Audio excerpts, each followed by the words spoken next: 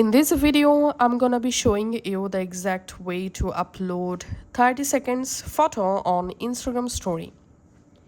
Go to your Instagram, tap on your story, and now select the photo from your gallery, which photo you want to post on your story. You can select multiple photos, so I'm selecting my photo here.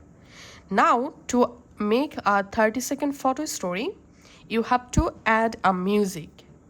So tap on this music icon and select any music, tap on done, and here we can see the music length option. So tap on this length or duration, and now here we have to select 30 seconds, then tap on done. We can see the 30-second add date, tapping on done, and then just go ahead and publish the story on your Instagram. And this is how we can actually upload 30-second photo on Instagram story.